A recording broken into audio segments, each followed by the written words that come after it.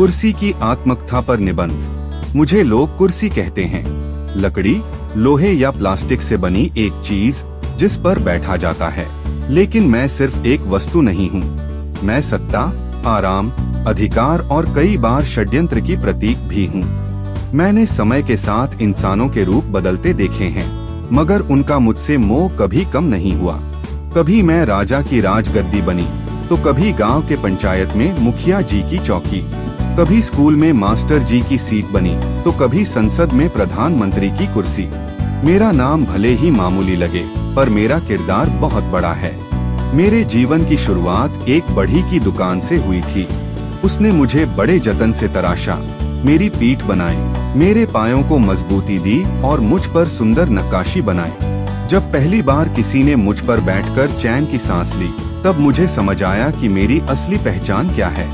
मैं वो हूँ जिस पर बैठकर लोग अपने अहम को महसूस करते हैं। लेकिन जैसे जैसे मेरी यात्रा आगे बढ़ी, मैंने जाना कि मेरी उपस्थिति केवल आराम के लिए नहीं, बल्कि बहुत कुछ तय करने के लिए होती है। राजनीति में तो मेरा दर्जा बहुत ऊंचा है। चुनाव आते ही मेरा नाम हर चर्चा में आने लगता है। किसे मिलेगी कुर्सी, कुर्सी की लड़ाई तेज, या कुर्सी बचाने की जद्दोजहद जैसी खबरें अखबारों की सुर्खियां बन जाती हैं। नेताओं के लिए मैं सिर्फ एक सीट नहीं, बल्कि उनके जीवन का सपना होती हूँ। लोग मेरे लिए सालों तक मेहनत करते हैं, गठबंधन करते हैं, झूठ बोलते हैं और कभी कभी तो अपनों को धोखा भी दे देते हैं। और जब उन्हें मैं मिल जाती हूँ, तो कई बार वे मुझे इतनी कसकर थाम लेते हैं कि फिर छोड़ने का नाम ही नहीं लेते। लेकिन यह भी सच है कि मैं किसी की स्थायी नहीं हूँ। मेरी किस्मत हमेशा करवट लेती रहती है। आज किसी और की गोद में हूँ, तो कल किसी और की बाहों में। मैंने राजाओं को सत्ता हासिल करते और तानाशाहों को ताज से गिरते भी देखा है। मुझे छीनने के लिए कई बार हिंसा हुई, संसदों में तू मैं हुई, यहाँ तक कि अदालतों में मुकदमे चले, मगर मुझे परवाह नहीं। मुझे आदत है बदलते चेहरों की, बदलते युगों की।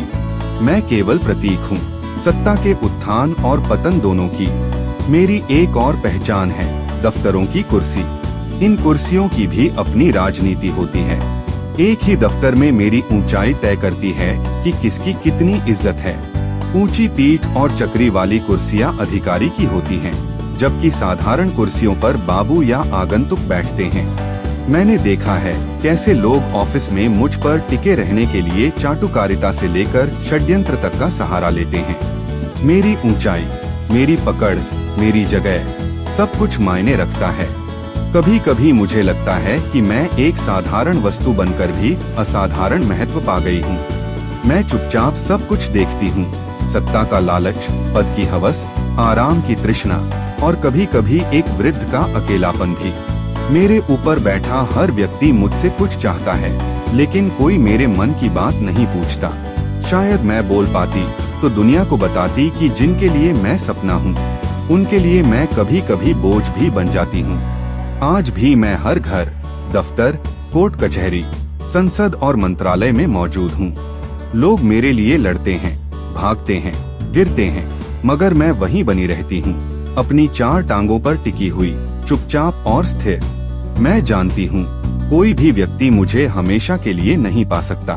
शायद यही मेरा सौंदर्य है, मैं सबकी होकर भी किसी एक की नहीं हूँ। Like, comment, and subscribe.